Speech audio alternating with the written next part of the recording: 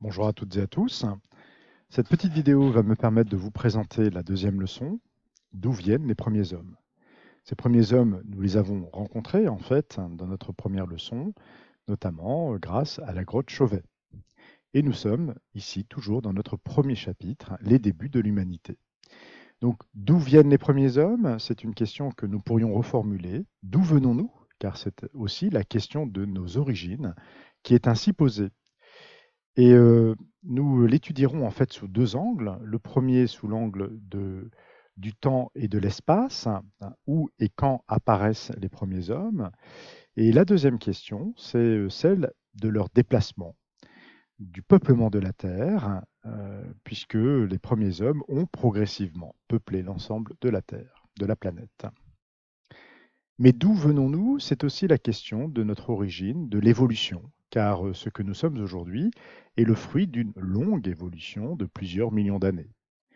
Les premiers hommes, à vrai dire, si on remonte à 7 millions d'années, ou voire même 2 millions d'années, ne nous ressemblaient pas, ou en tout cas pas complètement, avec des différences parfois très importantes. Alors, je n'en dis pas plus, je rappelle simplement au début de cette fiche quelles sont les consignes de tenue du cahier, car j'ai pu constater qu'elles n'étaient pas encore toujours bien assimilées. Bon, c'est normal, il faut le temps de prendre les habitudes, d'où l'intérêt, l'importance pour moi de vous les répéter. Donc on les reprendra en classe, hein, ou on les a déjà reprises. Il n'empêche qu'elles sont à relire, elles sont à suivre attentivement. J'avance. Donc, où et quand apparaissent les premiers hommes? Nous allons tout d'abord commencer avec une carte, la carte 2 ici de la page 20. Alors une carte, comme tous les documents, d'une manière générale, il faut, pour bien l'analyser, pour bien la comprendre, commencer par regarder son titre, qui souvent déjà nous donne une information importante, et ensuite observer attentivement la légende qui va nous permettre de comprendre le sens des figurés qui sont ici représentés. Je réponds à la question et à partir de là, nous pourrons trouver une définition.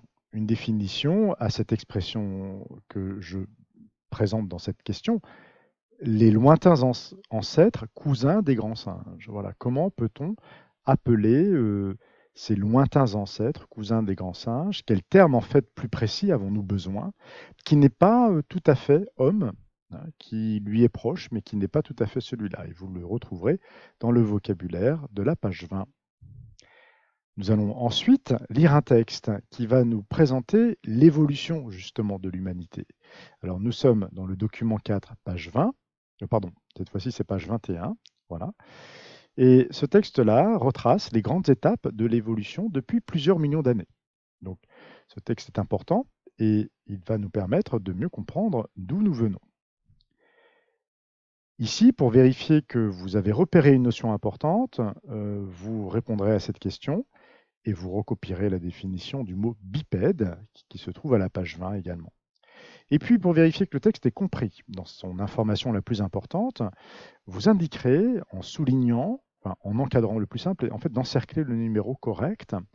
Vous encerclerez le bon numéro, vous soulignez la bonne affirmation, hein, peu importe, celle qui est la plus exacte, en fait. Hein, celle qui est la plus exacte dans les trois qui vous sont présentés ici. Il y en a une qui n'est pas exacte, à vrai dire, deux qui sont tout à fait correctes, mais l'une est plus exacte et surtout résume mieux ce que le texte nous a présenté. Un exercice pour finir ici ce grand 1 de rédaction, petite rédaction. Hein. Nous commençons par des textes très courts, c'est l'objectif. Je vous donne ici les éléments importants qui doivent figurer dans vos 2, 3 ou 4 phrases, hein, peu importe. L'essentiel étant de bien construire ces phrases. Donc voilà les mots, les termes, les expressions importants qui doivent figurer dans votre petit texte. Donc vous vous en servez, vous les utilisez et vous les réarrangez dans un texte, un petit texte que vous rédigez. Nous pourrons voir en classe, et vous pouvez vous continuer à regarder de votre côté puisque ces vidéos sont en fait, le lien de ces vidéos est inséré dans les contenus PDF qui sont enfin dans les fichiers PDF pardon, qui sont dans le contenu des cours. Donc vous pouvez y accéder et regarder à nouveau cette vidéo que nous verrons en classe. Voilà, je ne la montre pas, c'est pas utile, c'est pas l'objet de cette explication ici. Deuxième étape de notre fiche, comment les premiers hommes peuplent-ils la Terre? Et nous allons essentiellement travailler à partir de la carte de la page 22, voilà, qui se trouve ici. On verra ainsi quelles furent les étapes du peuplement progressif de la Terre. Enfin, on termine avec une question, je vais plus loin. Vous savez que cette question-là, elle permet à celles et ceux qui avancent un petit peu plus vite que leurs camarades de continuer le travail et surtout d'approfondir. Car ici, il s'agit surtout d'un exercice d'approfondissement sur lequel je pourrais ne pas avoir le temps de revenir.